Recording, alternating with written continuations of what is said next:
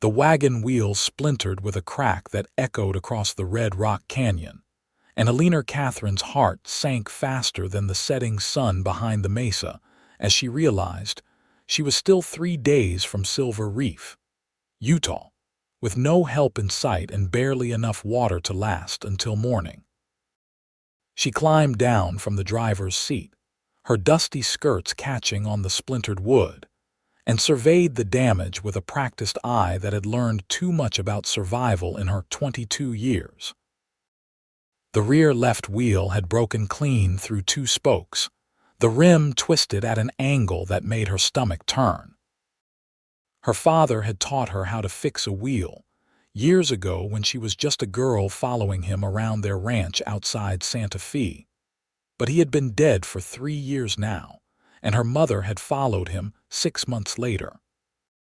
The knowledge was there, buried somewhere in her memory, but the tools she needed were packed so deep in the wagon bed that getting to them would mean unloading everything.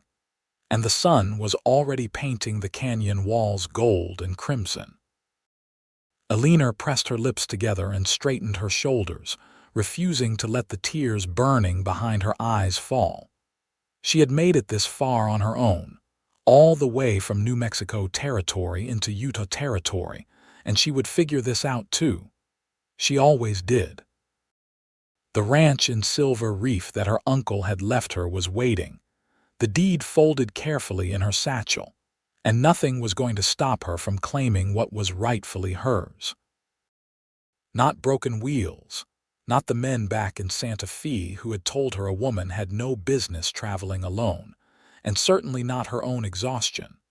She walked around the wagon, running her hand along the weathered wood, calculating what she would need to do.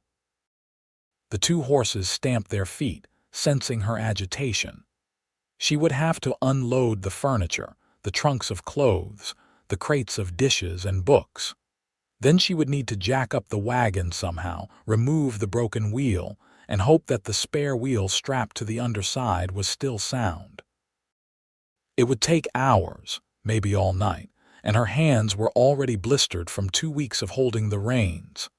The sound of hoofbeats made her spin around, her hand instinctively moving to the rifle propped against the wagon seat.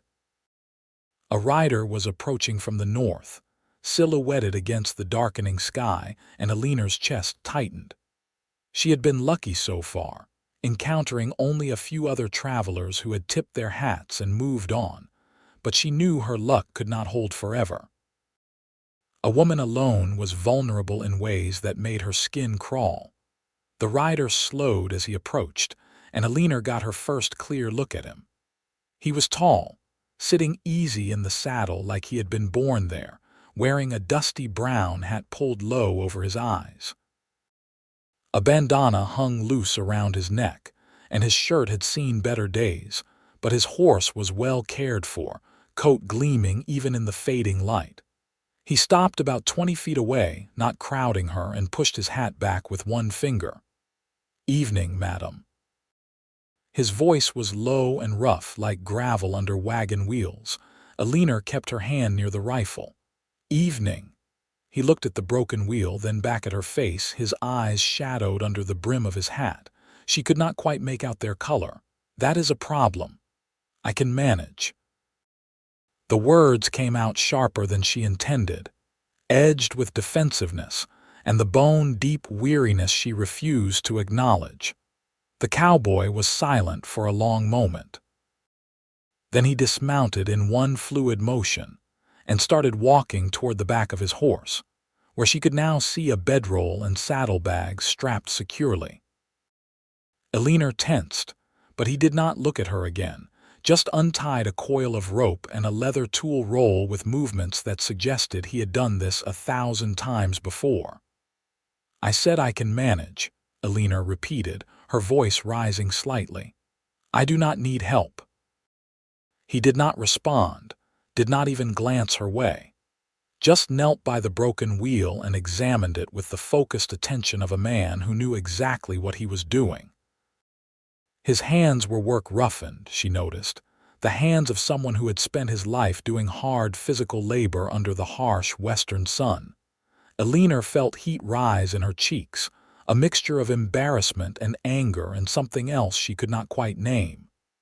"Did you hear me? I do not need your help. I can fix it myself." The cowboy stood and walked to his horse, returning with a jack that looked like it had been well used. He positioned it under the wagon frame without saying a word, his movements economical and sure.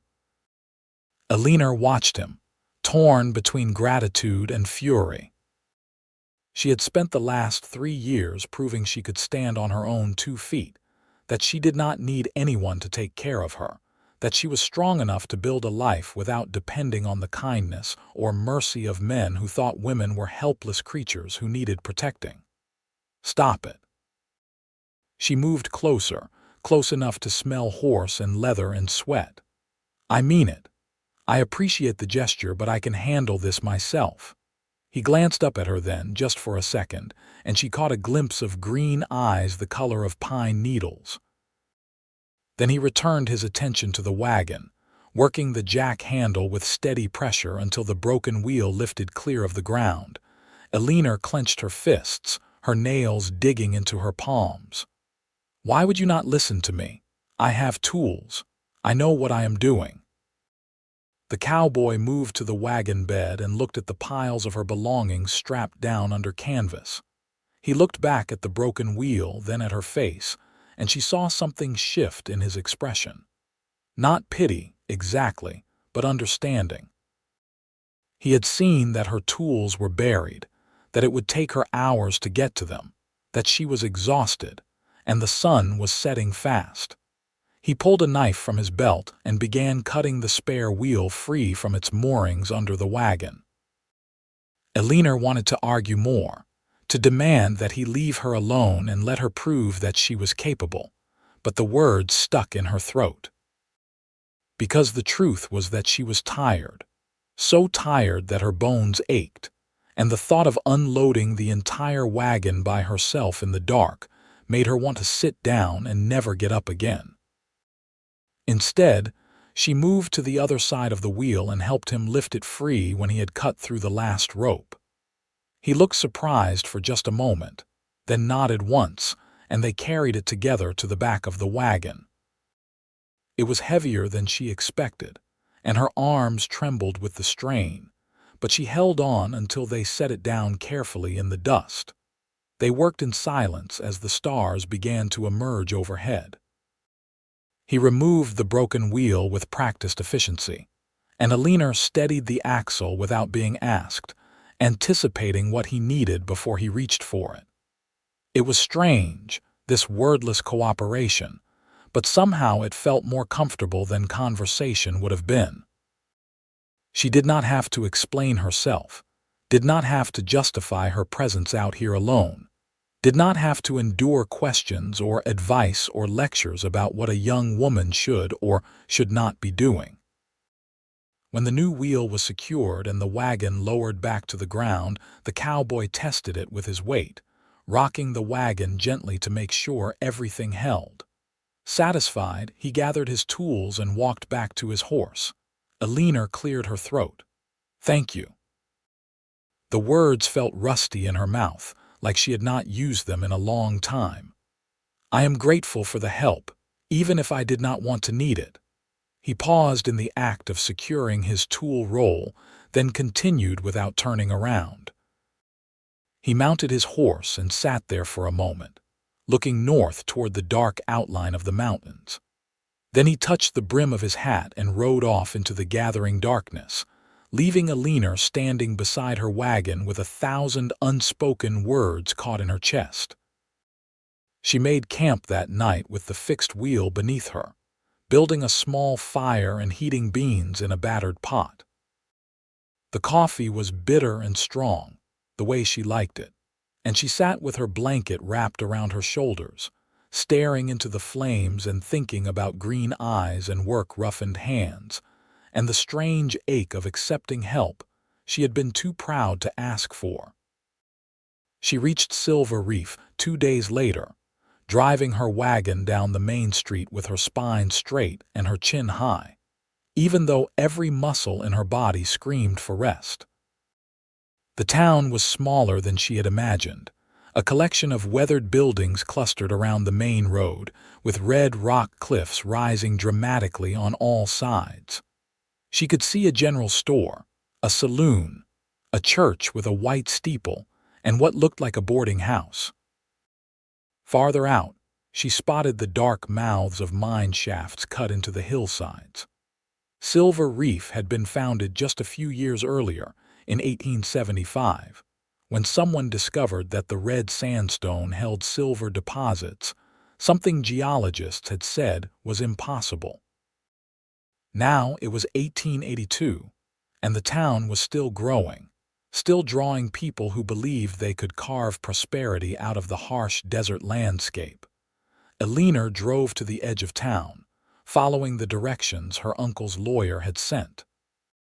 The ranch was small, just 40 acres with a modest house and a barn that had seen better days. The previous owner, her mother's older brother, had died suddenly of a heart condition, and Eleanor had been his only living relative. She had never met him, had only learned of his existence when the lawyer's letter arrived, but the property was hers now, free and clear. She climbed down from the wagon and stood looking at the house for a long time. It needed work. The porch sagged on one side, several windows were cracked, and the whole thing desperately needed paint. But it was hers. Her own land, her own home, bought with no man's money and beholden to no one's expectations. The sound of hooves made her turn, and her breath caught in her throat. The cowboy from the canyon was riding past on the road, a string of 3 horses following behind him on lead ropes. He saw her at the same moment she saw him, and something flickered across his face too fast for her to read. He slowed but did not stop, and Eleanor found herself taking a step forward before she could think better of it. "You," she called out, then felt foolish. "I mean, you are here, in Silver Reef." He pulled his horse to a stop and looked at her with those steady green eyes. Up close, in the full light of day, she could see that he was probably around 25 or 26, with dark brown hair that curled slightly at his collar, and a jaw that looked like it had been carved from the same red rock that surrounded the town. There was a scar above his left eyebrow, thin and white against his sun-darkened skin. "I live here," he said, and his voice sent an unexpected shiver down her spine. "Oh," Eleanor felt heat creep up her neck. "I am moving here. This is my uncle's ranch, was my uncle's ranch. It is mine now." He nodded slowly, taking in the rundown house and barn, the overgrown yard, the wagon still loaded with her possessions. She saw him notice the broken wheel she had lashed to the side, the one he had removed. "Kevin Kincaid," he said after a moment. It took her a second to realize he was introducing himself. "Eleanor Catherine. People call me Eleanor. Eleanor." The way he said her name, drawing out the syllables in his rough voice, made something warm unfurl in her chest. An awkward silence stretched between them. Eleanor struggled for something to say, some way to bridge the gap between his silent help in the canyon and this strange meeting in her new hometown. But before she could find the words, Kevin touched his hat brim in that same economical gesture and continued down the road, the horses trailing behind him like a dusty parade. Eleanor watched him go, a frown creasing her forehead. She could not figure him out. The way he had helped her without asking, without speaking, without expecting thanks or recognition. The way he seemed content with silence, comfortable in it in a way that most people were not. She had known plenty of men in her life, had fielded marriage proposals from 3 different suitors back in Santa Fe, men who had wanted her father's ranch and saw her as a convenient way to get it. But Kevin Kincaid was different, and she could not quite put her finger on how. She spent the next week cleaning the house from top to bottom, scrubbing years of dust and neglect from every surface. The work was hard and lonely, but Eleanor threw herself into it with fierce determination. She repaired the sagging porch steps, replaced the broken window panes with glass she purchased at the general store, and painted the front door a cheerful blue that reminded her of the New Mexico sky. She unloaded her wagon piece by piece, arranging her mother's dishes in the kitchen cabinets and hanging her father's old rifle above the fireplace. She made the house a home, or at least the beginning of one. She saw Kevin 3 more times that week, always at a distance. Once at the general store, where he was buying supplies and loading them into saddlebags with methodical care. Once riding past her property with another string of horses. Once at the well in the center of town, where he had nodded to her without speaking and ridden on. Each time, she felt that strange pull in her chest, that desire to say something, to thank him properly or ask him questions or simply hear his voice again. But she was Eleanor Catherine, and she had spent 3 years building walls around herself, and she did not know how to let them down. On the 8th day, she discovered that her well had run dry. Eleanor stared down into the dark shaft, seeing only a faint gleam of moisture far below, and felt panic claw at her throat. She had been drawing water every day without thinking about it, but the desert was unforgiving and the well was shallow. She lowered the bucket again and again, but each time it came up with barely enough water to cover the bottom. She walked into town that afternoon, carrying 2 empty buckets and filled them at the public well. But she could not haul water from town every day. She needed to dig the well deeper or find a way to bring water from somewhere else. She made inquiries at the general store and learned that there was a man who specialized in wells, but he was working on a job 3 towns over and would not be back for at least a month. Eleanor walked home slowly, the buckets heavy in her aching arms, and tried to calculate how much water she needed each day and how many trips that would require. The numbers were not encouraging. She would spend half of every day hauling water, with no time left for the 100 other things that needed doing around the property. She was sitting on her newly repaired porch steps the next morning, drinking coffee and staring at the dry well with a sense of defeat she refused to name, when she heard the sound of wagon wheels. Eleanor looked up and felt her heart jump into her throat. Kevin Kincaid was driving a wagon toward her house, and the bed was loaded with lumber and tools. He pulled the horses to a stop in her yard and climbed down without a word.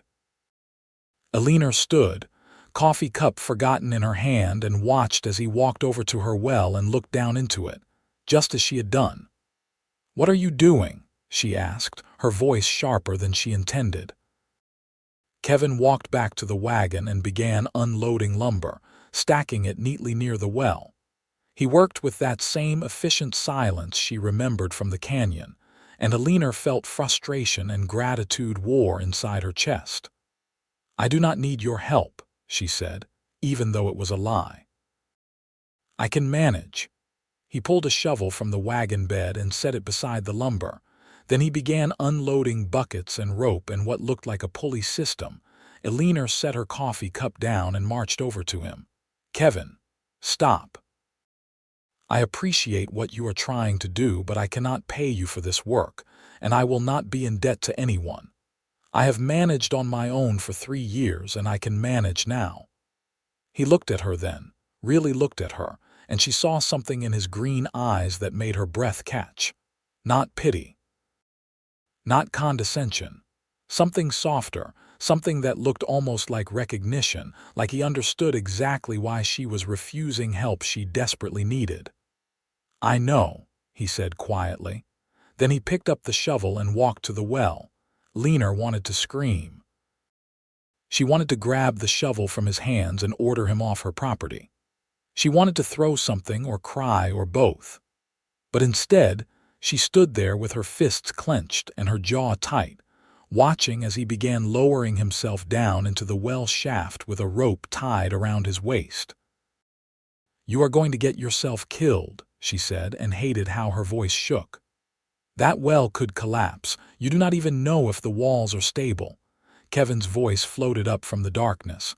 They are stable enough. Eleanor paced back and forth, her heart hammering in her chest.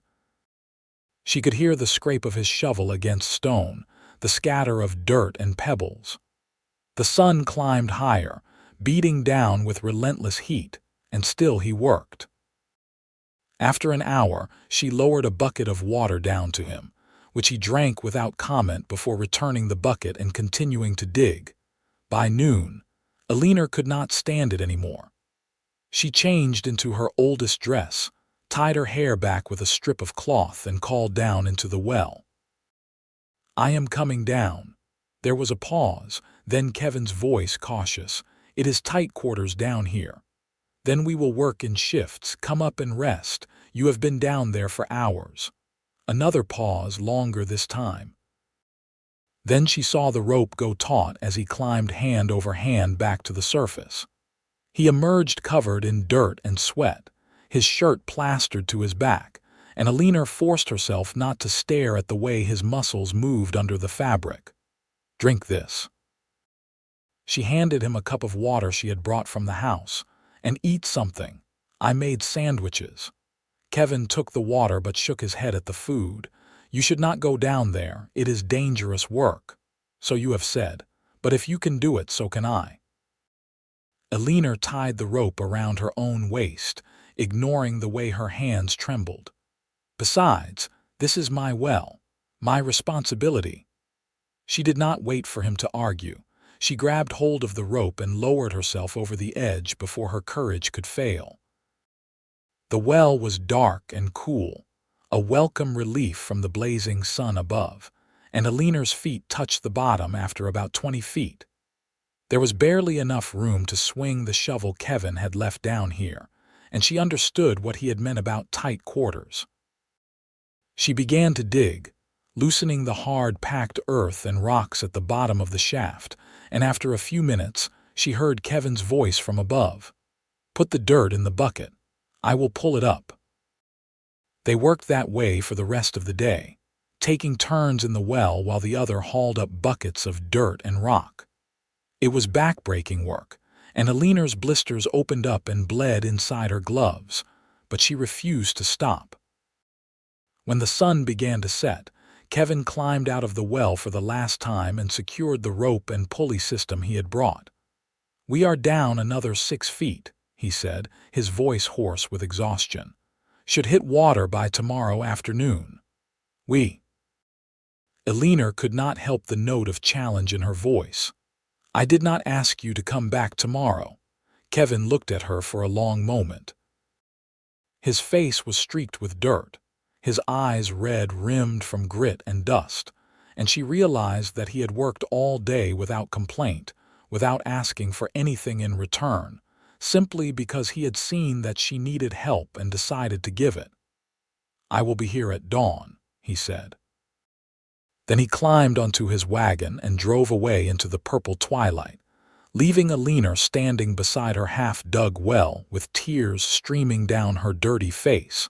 She did not know why she was crying. Did not know if it was exhaustion or frustration, or the terrifying realization that she had not felt this cared for since her parents died. She sat down on the porch steps and let herself cry until there were no tears left, then washed her face with precious water from her dwindling supply and went to bed without eating dinner. Kevin arrived at dawn, just as he had said he would.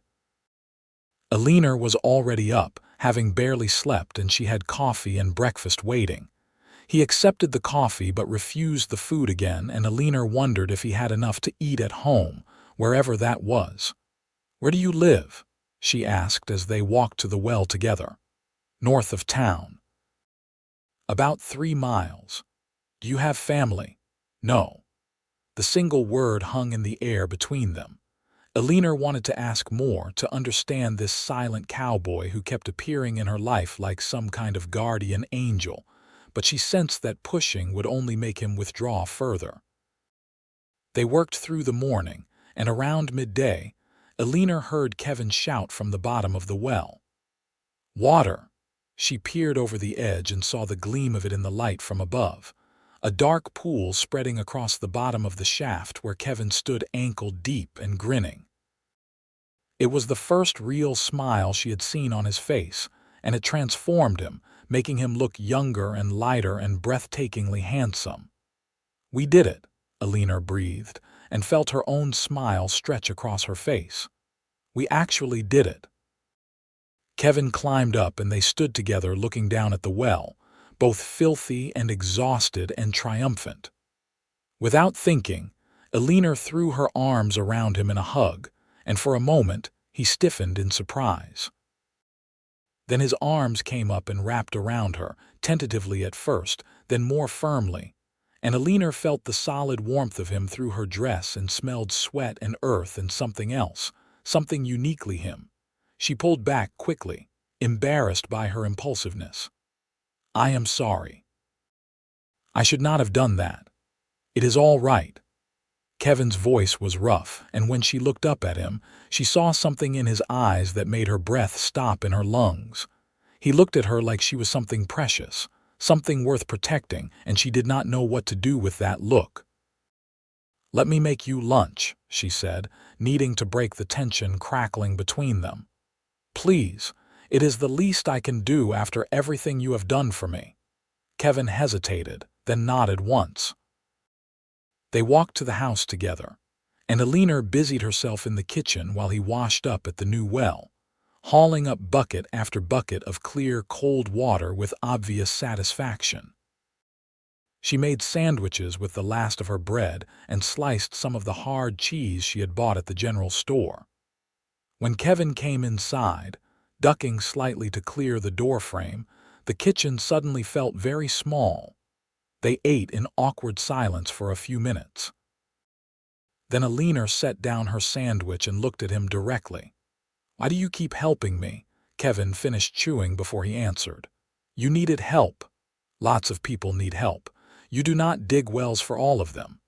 He was quiet for so long that Eleanor thought he would not answer. Then he said, "My mother died when I was 15. My father drank himself to death 2 years later. I spent 5 years working ranches from Texas to Montana, trying to save enough to buy my own place. When I finally had the money, I found a piece of land here in Silver Reef. 40 acres with a house and a barn that were falling apart." Eleanor's heart clenched. "Like mine, like yours." Kevin met her eyes. "The first week I was here, I ran into trouble. The well was dry, the roof leaked, and I had no idea how to fix any of it. I was too proud to ask for help, figured I had to prove I could make it on my own. What happened? An old rancher named Thomas moved in down the road. He saw me struggling and started showing up every morning with tools and supplies. Never asked if I wanted help, never expected thanks, just taught me everything I needed to know to survive out here." Kevin's voice went soft. "He died 3 years ago. Heart gave out while he was mending fence." Eleanor understood then. "You are paying it forward." Something like that. Kevin looked down at his rough hands. "When I saw you in the canyon with that broken wheel, trying so hard to be strong and independent, I saw myself at 17. And I remembered how much it meant that Thomas did not make me beg for help or admit I could not do it alone. He just did what needed doing and let me keep my pride." Tears pricked at Eleanor's eyes again. "Thank you," she whispered. "Not just for the well, but for understanding why it was so hard for me to ask." Kevin reached across the table and took her hand in his. His palm was calloused and warm, and Eleanor felt electricity shoot up her arm at the contact. "You do not have to do everything alone, Eleanor. Being strong does not mean never accepting help. I know that." She turned her hand over so their fingers laced together. "But I spent 3 years with men trying to take advantage of me, to trick me into marriage or steal my father's ranch or treat me like I was too stupid to manage my own affairs. I learned to trust no one but myself. I understand." Kevin's thumb traced small circles on the back of her hand. But I am not trying to take anything from you. I am just trying to help you keep what is yours." Eleanor believed him. She did not know why, did not know what it was about this quiet cowboy that made her feel safe in a way she had not felt since before her father died, but she believed him. She squeezed his hand and saw his eyes darken with an emotion she was afraid to name. "Stay for dinner," she said impulsively. "Please, I am making stew and I have far too much for one person." Kevin smiled, that rare, beautiful smile that made her heart skip. "I would like that." He helped her carry the lumber and tools back to his wagon, then took care of his horses while Eleanor started dinner. She caught herself humming as she worked, chopping vegetables and browning meat in her mother's old, cast-iron pot. She could see Kevin through the kitchen window, moving around the yard, checking the well one more time and securing the pulley system. He moved with a grace that seemed at odds with his size, every gesture purposeful and efficient. When dinner was ready, they ate at her small kitchen table as the sun set outside and painted the red rocks gold and crimson. They talked more than they had before, Kevin opening up in small increments about his life working cattle drives, and Eleanor sharing stories about growing up on her father's ranch in New Mexico. She learned that he was 25, that he had been in Silver Reef for 4 years, that he made his living catching and training wild horses and selling them to ranchers and the mining company.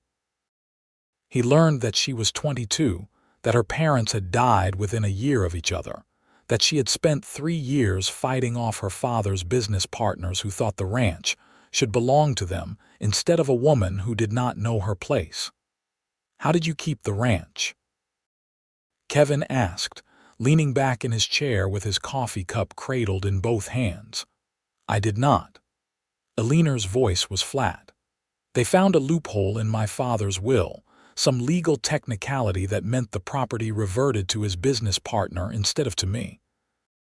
I tried to fight it in court, but the judge agreed with them, said my father could not have intended to leave valuable land to a daughter when he had male business associates who were better equipped to manage it." Kevin's jaw tightened. "That is not right." "No, it is not. But it is the law, or at least the law as men interpret it." Eleanor stared into her coffee. "I lost everything. The ranch my family had built over 3 generations gone because I was born female. So when the letter came about my uncle's property, I packed what I could carry and left. I will not lose this place. I will make it work, no matter what it takes." "You will." Kevin's voice was fierce, certain. "And you are not alone anymore, even if you are too proud to ask for help." Eleanor looked up at him and felt something shift in her chest, some locked door opening to let in light. "Is that what you think? That I am too proud? I think you are strong and capable, and you have every reason not to trust people." Kevin set down his cup and reached for her hand again. "But I also think you have been alone for too long, and you are exhausted from carrying everything by yourself. I do not know how to do it differently." The confession felt like pulling splinters from under her skin. "I do not know how to let people in without giving them power to hurt me." "You do not have to figure it all out tonight." Kevin's thumb traced those small circles again, and Eleanor shivered. "Just let me help when you need it, and do not feel like you have to pretend you do not." Eleanor nodded, not trusting her voice. They sat in comfortable silence as the last light faded from the sky and the stars emerged overhead. When Kevin finally stood to leave, Eleanor walked him out to his wagon, suddenly reluctant for the day to end. "Thank you for dinner," Kevin said, settling into the driver's seat. "And for telling me about your family. Thank you for the well, and for understanding." He looked down at her for a long moment, and Eleanor thought he might say something else, but he just touched his hat brim and drove off into the darkness. She watched until she could not see the wagon anymore, then went inside and lay awake for hours, thinking about green eyes and work-roughened hands, and the way it felt when he smiled at her like she was the only person in the world. Over the next few weeks, Kevin became a regular presence in Eleanor's life, though he never asked permission and she never quite invited him. He would simply appear when she was struggling with something, fix it without speaking, and leave before she could properly thank him. When her fence needed mending, she came outside to find him already stringing new wire. When her barn door came off its hinges during a windstorm, he showed up the next morning with replacement hardware. When she mentioned in passing at the general store that she wanted to plant a garden but the ground was too hard, she returned home to find a section of earth already turned and ready for seeds. Eleanor tried to repay him in the only ways she knew how. She started making extra food and bringing it to his place, a small but well-maintained ranch 3 miles north of town. She mended his shirts when she noticed they were coming apart at the seams. She helped him train the wild horses he caught, spending long afternoons in his corral gentling the animals with soft words and patient hands. They fell into a rhythm, a pattern of quiet companionship that felt as natural as breathing. Kevin was not much of a talker, but Eleanor learned to read his silences, to understand the difference between comfortable quiet and troubled quiet. She learned that he liked his coffee strong and black, that he had a soft spot for animals of all kinds, that he played the harmonica on his front porch in the evenings when the day's work was done. And somewhere in those weeks of working side by side, of sharing meals and conversation and comfortable silence, Eleanor realized she was falling in love. It terrified her. She had built such careful walls around her heart, had promised herself that she would never depend on anyone again, never give a man the power to hurt her the way losing her parents and her ranch had hurt. But Kevin slipped past those defenses like water through cracks, steady and patient and impossible to resist. She caught herself watching him when he was not looking, memorizing the way his muscles flexed as he worked, the concentration on his face when he was training a horse, the rare, beautiful smile that lit him up from within. She found excuses to touch him, her hand on his arm to get his attention, her shoulder brushing his as they walked side by side. And she saw the way he looked at her too, with a hunger and tenderness that made her knees weak. But neither of them spoke of it. Eleanor was afraid to name what was growing between them, and Kevin seemed content to let things unfold in their own time.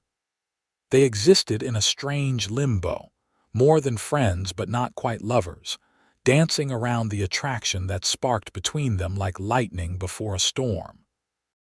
It all came to a head on a hot afternoon in late July. Eleanor was at Kevin's ranch helping him train a particularly stubborn Mustang, a beautiful bay mare with a wild look in her eyes.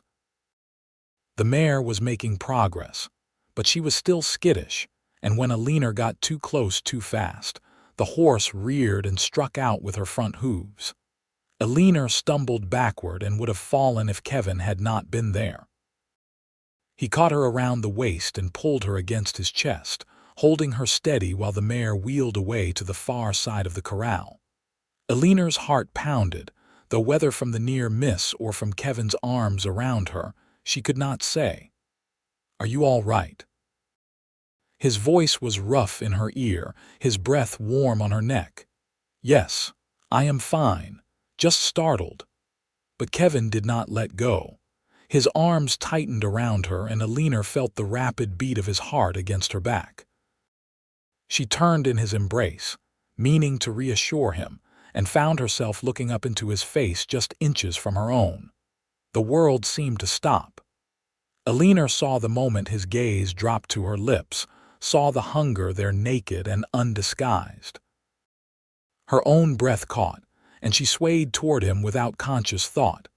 Kevin's hand came up to cup her face, his thumb brushing across her cheekbone with devastating gentleness. "Eleanor," he whispered, and her name on his lips was a question and a prayer and a promise all at once. Yes, she breathed, though she did not know what she was agreeing to, only that she wanted this, wanted him, wanted to stop fighting the tide that had been pulling them together since the night he fixed her broken wagon wheel. Kevin lowered his head slowly, giving her time to pull away, but Eleanor rose on her toes to meet him halfway. The kiss was soft at first, tentative, their lips barely brushing. Then Kevin made a low sound in his throat and pulled her closer, and the kiss deepened, became something urgent and desperate and absolutely right. Eleanor's hands fisted in his shirt, holding on like he was the only solid thing in a world suddenly spinning too fast. She had been kissed before, by those suitors back in Santa Fe who had wanted her ranch, but it had never felt like this. Never felt like coming home and catching fire and finding something she had not known she was searching for all at once. When they finally broke apart, both breathing hard, Kevin rested his forehead against hers. "I did not mean for that to happen. I did." The words came out more honest than Eleanor intended. "I have wanted you to kiss me for weeks." Kevin pulled back enough to look at her face, his eyes searching hers. "I do not want to complicate things between us. I do not want you to think I have been helping you because I expected something in return. I know you have not." Eleanor reached up to trace his jawline with trembling fingers. "You have never asked me for anything, Kevin. You have only given. But I am tired of pretending I do not feel this, whatever this is between us."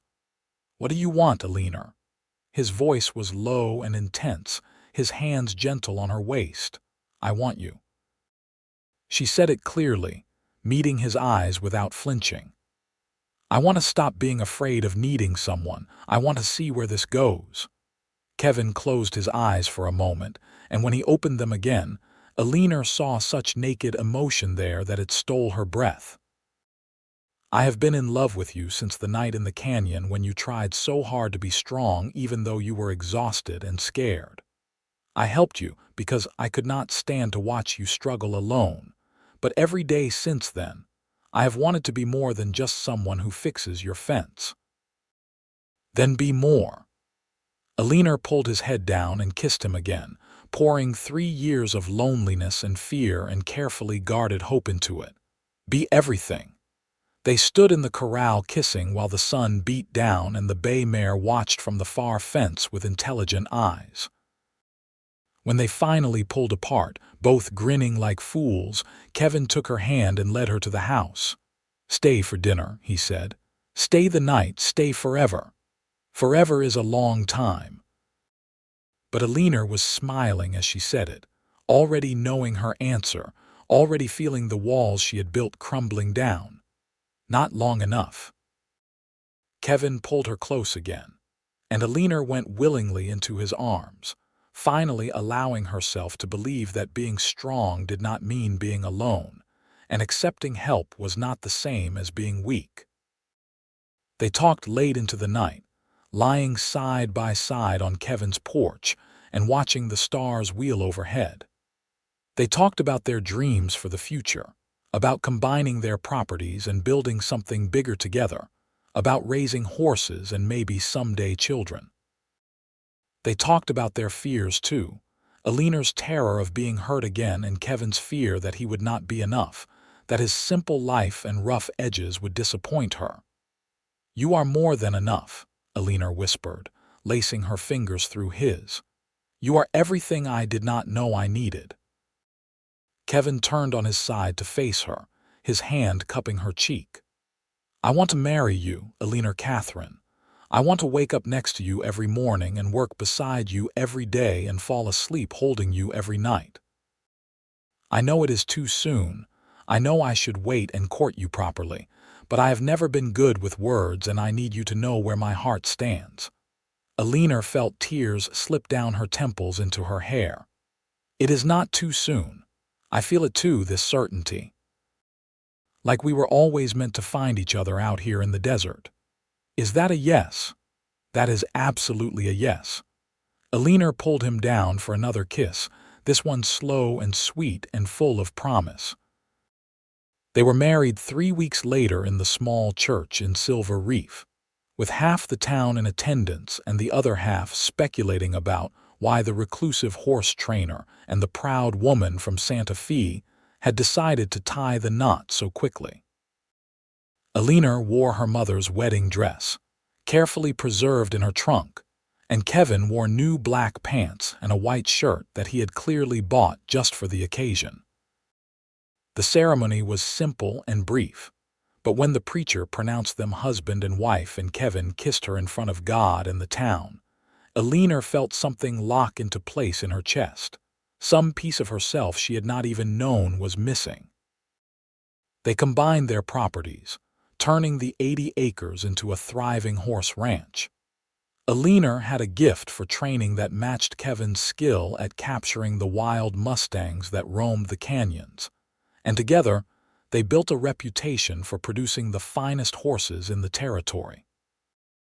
They worked from dawn until dusk, side by side, and Eleanor discovered that sharing the load did not make her weaker but stronger. Kevin taught her things her father had never had time to show her, and she taught him the bookkeeping and business skills that turned their ranch from surviving to flourishing. Their first year of marriage was not without challenges.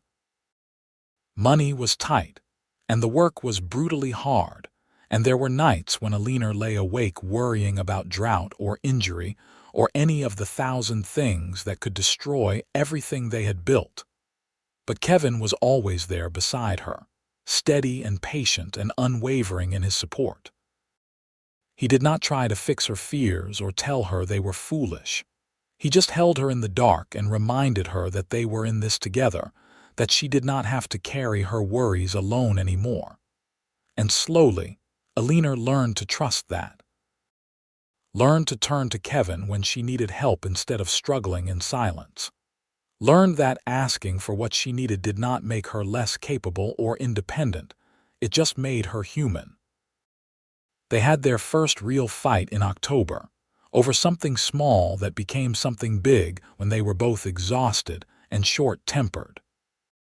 Eleanor could not even remember what started it, only that she said something sharp and Kevin said something sharper, and suddenly they were both yelling, all the accumulated stress and fear pouring out in angry words. Eleanor stormed out to the barn and sat in the hay loft, crying angry tears and hating herself for losing her temper and hating Kevin for being right about whatever they had been fighting about.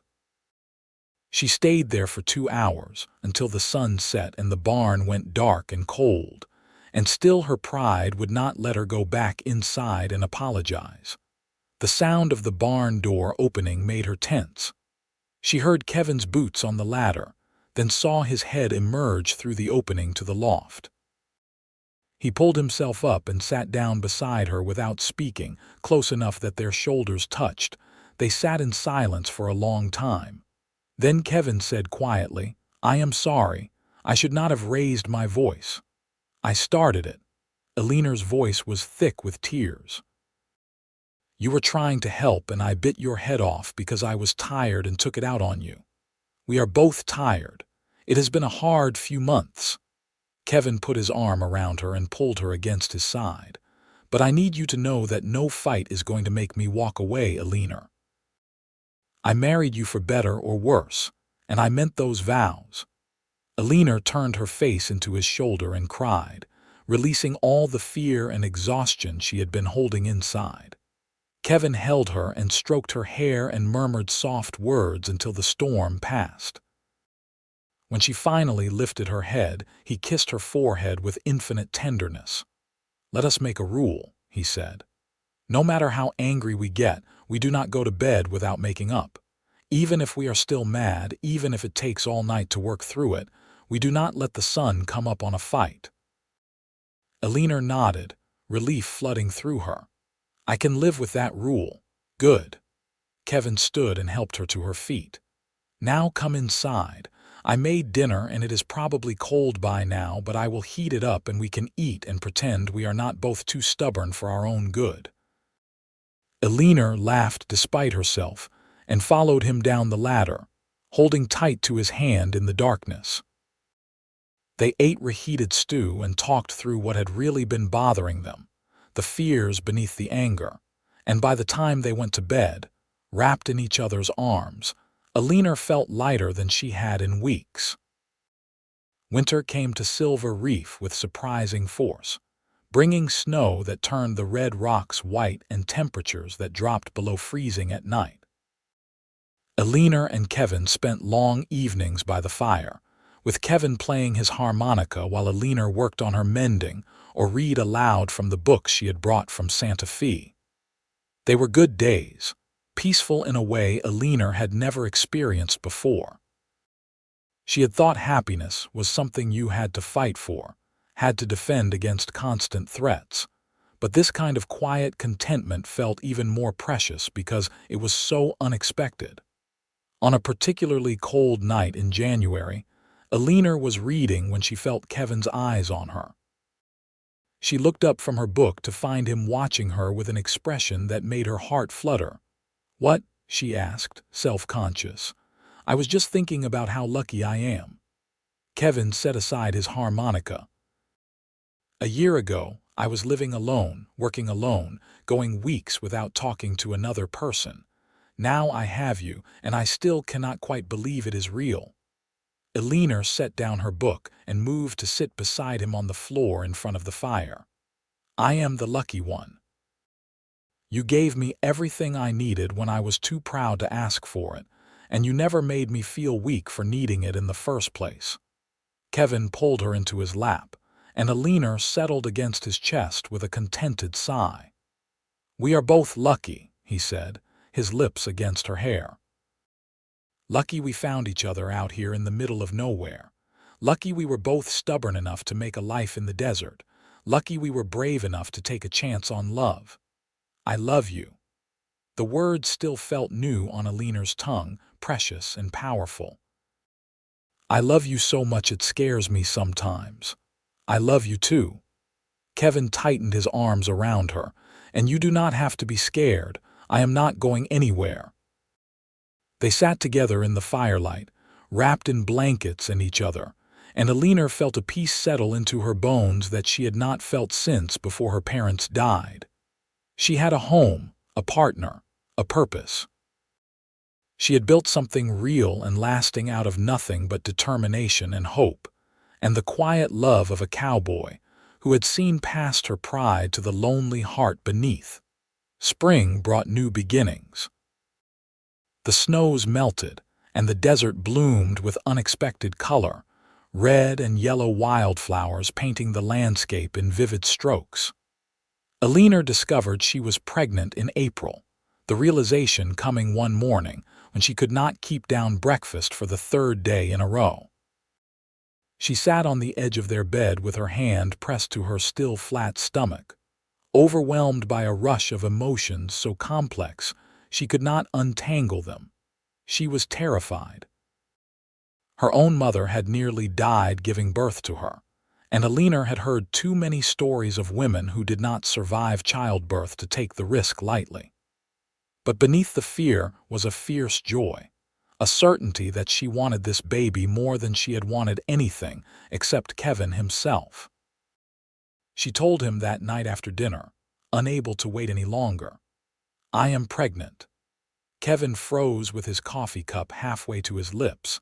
Then he set it down very carefully and crossed the kitchen in 3 long strides, pulling Eleanor into his arms with a whoop of joy that made her laugh.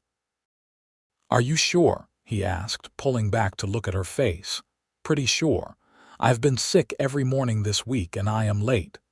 Kevin's hands framed her face, his thumbs brushing away the tears she had not realized were falling. "This is the best news. We are going to have a baby." "I am scared," Eleanor admitted. "What if something goes wrong? What if I am not a good mother? What if—" Kevin stopped her words with a kiss. "You are going to be an amazing mother, and nothing is going to go wrong. We will get the doctor from town to check on you, and I will take care of everything else so you can rest." "I do not need to rest. I am pregnant, not dying." "Eleanor." Kevin gave her a look that was half exasperated, half amused. Let me take care of you, please. Just this once, do not fight me on it. Eleanor opened her mouth to argue, then closed it again.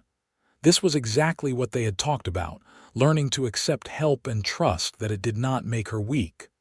All right, she said, and saw Kevin's eyes widen in surprise. But I am not spending 9 months sitting around doing nothing. I will rest when I need to, but I am still working the ranch with you.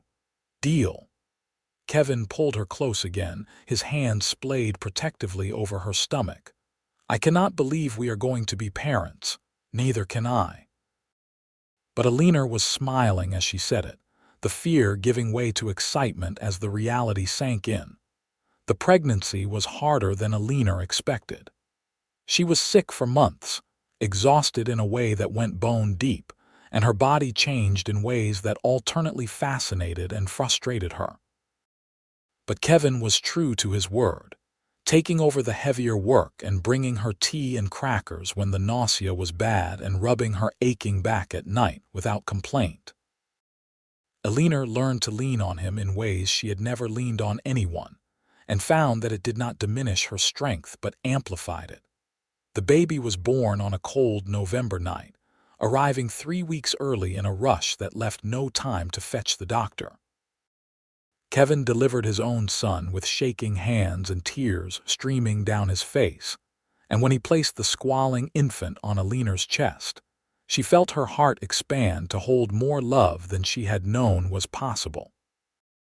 They named him Henry Thomas Kincaid, after Kevin's father and the old rancher who had taught Kevin everything he knew. He had Kevin's green eyes and Eleanor's dark hair, and from the moment he drew his first breath, he owned both his parents completely. Being a mother was harder than running a ranch, Eleanor discovered. The work was relentless and exhausting and occasionally terrifying when Henry cried inconsolably or spiked a fever, or did any of the 1,000 things that babies did to worry their parents half to death. But it was also the most rewarding thing she had ever done, watching this tiny human grow and change and learn to smile at the sound of her voice.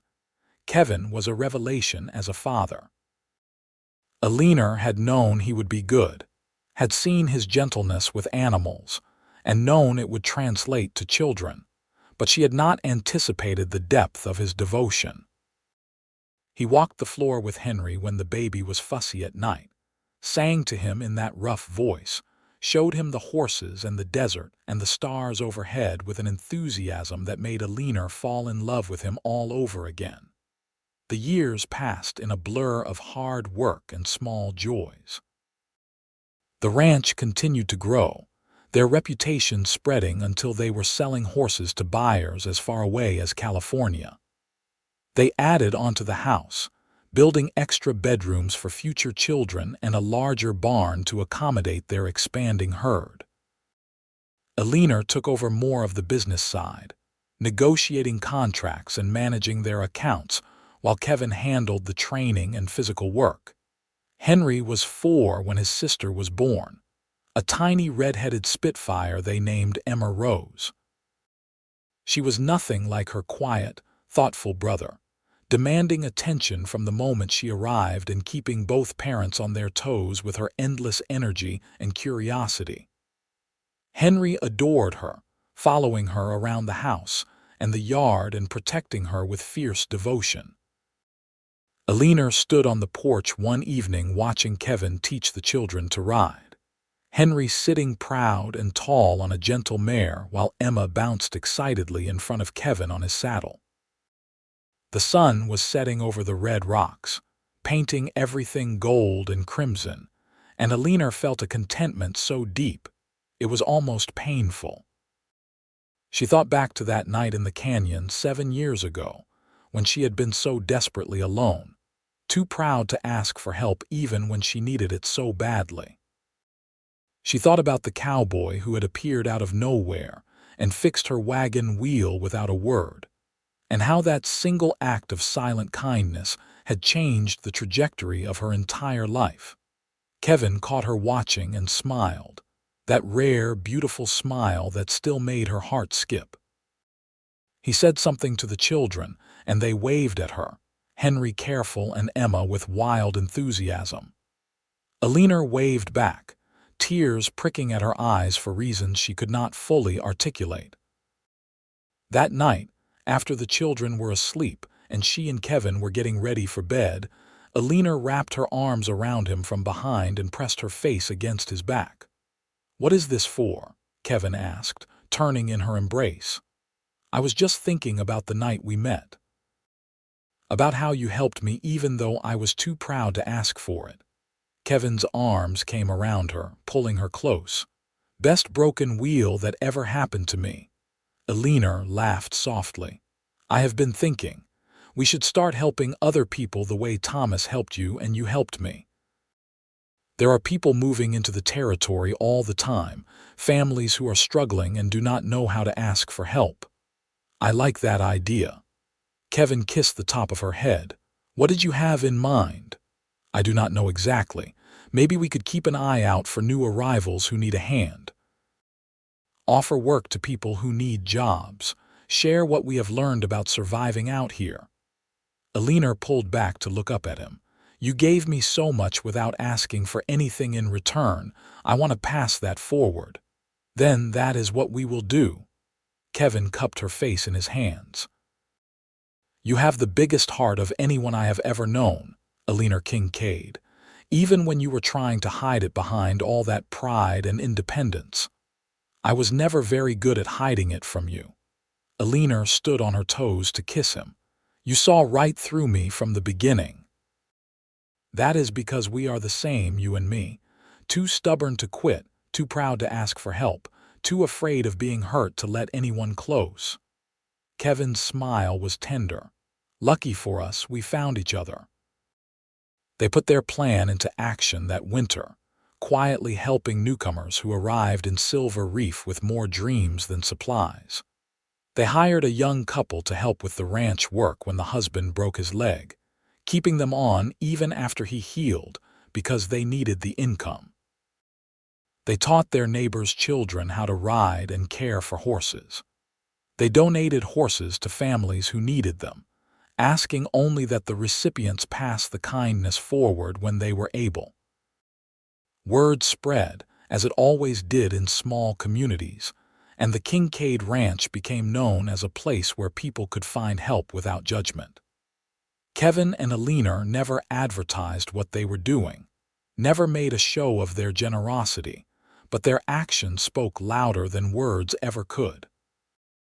Henry grew into a serious, thoughtful boy who loved books as much as horses, and Emma became the fearless wild child who was always climbing things she should not climb and befriending every stray animal that wandered onto the property. They were joined by another brother when Henry was 7 and Emma was 3. A sturdy boy they named William James, who seemed determined to keep up with his older siblings from the moment he could walk. Eleanor sometimes looked at her 3 children and marveled at how full her life had become. She had thought, once upon a time, that happiness meant being independent and self-sufficient, never needing anyone or anything. But she had learned that real strength came from allowing herself to be vulnerable, from accepting help when it was offered, from building a life with someone who understood that love was not about keeping score or maintaining power, but about partnership and trust. Kevin was graying at the temples by the time they celebrated their 10th anniversary, but he was still the same quiet, steady presence he had always been. They renewed their vows in the same church where they had married, with their children standing up as witnesses and half the territory in attendance. Eleanor wore a new dress for the occasion, pale blue to match the Utah sky, and when Kevin took her hands and promised again to love her for better or worse, in sickness and health, until death parted them, she believed him with every fiber of her being. The years continued to pass in a comfortable rhythm. The ranch prospered beyond their wildest dreams, allowing them to buy more land and build a house grand enough for their growing family, but modest enough to still feel like home. They hired a crew of ranch hands, young men who reminded Kevin of himself at 17, and he taught them everything Thomas had taught him all those years ago. Henry went east to college when he was 18, wanting to study literature and history, and Eleanor sent him off with a mixture of pride and heartbreak. He came back 4 years later with a degree and a quiet determination to turn the ranch into something even bigger, and Eleanor and Kevin stepped back to let him take the lead, proud of the man he had become. Emma surprised everyone by becoming a veterinarian, one of the first women in the territory to do so. She set up practice in Silver Reef and became known for her skill with animals and her no-nonsense approach to ranchers who did not take proper care of their livestock. She married a young doctor who had moved to town from Boston, and Eleanor took great satisfaction in watching her fierce, independent daughter find a partner who respected her ambition and supported her dreams. William took over the horse training side of the business, revealing a gift for understanding the animals that rivaled Kevin's own. He never married, content to pour all his energy into the ranch and the family business, and Eleanor worried about him sometimes but respected his choices. Eleanor and Kevin grew old together, their hands becoming rough and gnarled with arthritis, but still reaching for each other in the night. Kevin's hair went completely white and Eleanor's face lined with wrinkles, but when they looked at each other, they still saw the proud young woman and the quiet cowboy who had found each other in a desert canyon and built a life on mutual respect and hard-won trust. On their 40th anniversary, Kevin surprised Eleanor with a trip back to the canyon where they had first met. They rode together on a gentle mare, Eleanor in front and Kevin behind with his arms around her waist, just as they had done 1,000 times before. When they reached the spot where her wagon had broken down all those years ago, Kevin helped her dismount and they stood together looking at the red rocks and the endless sky. "You ever regret it?" Kevin asked, his voice roughened by age but still the voice she loved. "Leaving Santa Fe. Coming out here with nothing but a broken wagon and too much pride." Eleanor leaned back against his chest, feeling the steady beat of his heart through his shirt. "Not for 1 second. Everything I lost led me to everything I found. I would not change a single thing, even the broken wagon wheel. Especially the broken wagon wheel." Eleanor turned in his arms to look up at him, seeing the young cowboy he had been overlaid with the old man he had become, both versions precious beyond measure. "That wheel breaking was the best thing that ever happened to me. It brought you into my life." Kevin kissed her then, soft and sweet and full of 40 years of love. "I saw you sitting on that wagon looking so tired and so determined not to show it, and I knew you were someone special, someone worth helping, someone worth loving. I was too proud to ask for help." Eleanor smiled through the tears streaming down her weathered face. "And you gave it anyway without a word. You have been doing that for 40 years, Kevin Kincaid, giving me what I need even when I am too stubborn to ask for it. That is what love is." Kevin wiped away her tears with gentle fingers. Seeing what someone needs and giving it freely without keeping score or expecting repayment. "Thomas taught me that. You taught me that. And we taught our children and they will teach theirs." They stood together in the canyon as the sun set, wrapped in each other's arms, two lives so thoroughly intertwined that it was impossible to say where one ended and the other began. The desert wind whispered around them, carrying the scent of sage and juniper, and Eleanor closed her eyes and breathed deeply, memorizing this moment, this perfect fullness. They rode back to the ranch as the stars emerged overhead, the same stars they had watched together for 40 years. The house was blazing with light when they arrived, and Eleanor realized their children had planned a surprise party. Henry and his wife were there with their 4 children, Emma and her husband with their three. William with a cake he had clearly made himself because it was lopsided but decorated with obvious care. Eleanor stood in the doorway of her home, Kevin's hand warm in hers, and looked at the family they had built together. 3 children, 7 grandchildren, and more love than she had ever imagined possible. It had started with a broken wagon wheel and a cowboy who saw past her pride to the lonely heart beneath, and it had grown into this, a legacy of kindness and strength and stubborn hope. "Happy anniversary, Mom and Dad," Henry said, raising a glass in toast. "Thank you for showing us what real love looks like." Eleanor could not speak past the lump in her throat, so she just squeezed Kevin's hand and let the tears fall. Kevin cleared his own throat roughly and raised his glass in return. "To family," he said simply. "And to second chances, and to the woman who was too proud to ask for help but let me give it anyway. To love," Eleanor added, finding her voice.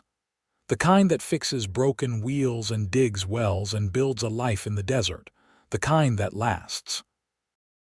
They drank and ate cake and told stories late into the night, the grandchildren falling asleep in their parents' laps, the house warm and full of laughter. When everyone had finally gone home or to bed and it was just Eleanor and Kevin sitting on the porch in their old rocking chairs, Eleanor reached over and took his hand. "I love you," she said, as she had said 1,000 times before. "More than anything in this world, I love you too." Kevin brought her hand to his lips and kissed her knuckles gently. "Always have, always will." They rocked in comfortable silence, watching the moon rise over the red rocks, the same rocks that had witnessed their first meeting and watched over them through 40 years of marriage. Eleanor thought about the girl she had been, so determined to prove she did not need anyone, so afraid of appearing weak or dependent. That girl seemed like a stranger now, someone from another life. Kevin had taught her that accepting help was not weakness but wisdom, that love was not about losing yourself, but finding yourself reflected in someone else's eyes.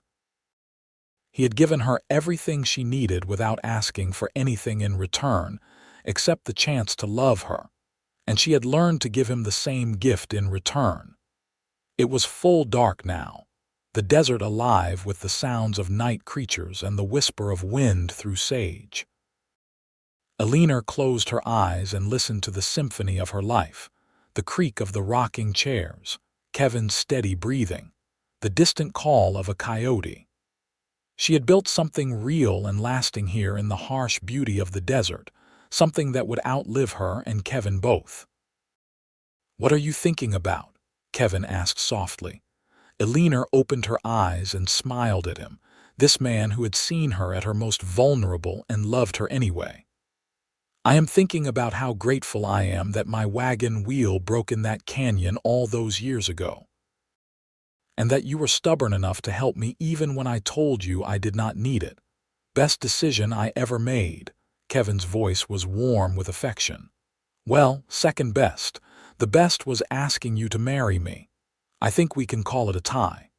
Eleanor stood and held out her hand. "Come to bed, husband. We have another 40 years ahead of us, and I want to make the most of every single day." Kevin took her hand and let her pull him to his feet. They walked inside together, turning off the lights and locking the door against the night. In the bedroom they had shared for 40 years, they undressed and climbed into bed, and Kevin pulled Eleanor close, her back to his chest, his arm around her waist. "Thank you," he whispered into her hair. "For what?" "For letting me love you, for building this life with me, for being brave enough to trust me even when it scared you." Eleanor laced her fingers through his and held on tight. "Thank you for seeing past my pride, for giving me what I needed when I could not ask for it, for being patient while I learned how to let someone in." They fell asleep that way, wrapped around each other as they had been for 40 years, 2 hearts beating in tandem, two lives so thoroughly joined that they were stronger together than they ever could have been apart. The sun rose the next morning over Silver Reef, painting the red rocks gold and crimson, beginning another day in the desert that Eleanor and Kevin Kincaid had made their home. There would be work to do, as there always was, horses to train and fences to mend, and a ranch to run. But they would do it together, side by side, the way they had done everything for 40 years. And if someone asked them the secret to their long and happy marriage, they would say it was simple. Love was not about keeping score or maintaining independence or proving you did not need anyone. Love was about seeing what someone needed and giving it freely, even when they were too proud to ask. It was about trust and patience and showing up every single day, even when it was hard. It was about a broken wagon wheel and a silent cowboy who fixed it without being asked, and a proud woman who learned that accepting help was not weakness, but the beginning of something beautiful. It was about building a life in the desert, one shared burden at a time, until the weight became light because it was carried together. That was the story Eleanor and Kevin Kincaid would tell their grandchildren and great-grandchildren for years to come. The story of how she was too proud to ask for help, and how he gave it anyway without a word. And how that simple act of kindness became the foundation of a love that lasted a lifetime and beyond, rippling outward through generations, teaching others that true strength came not from standing alone, but from allowing yourself to be loved.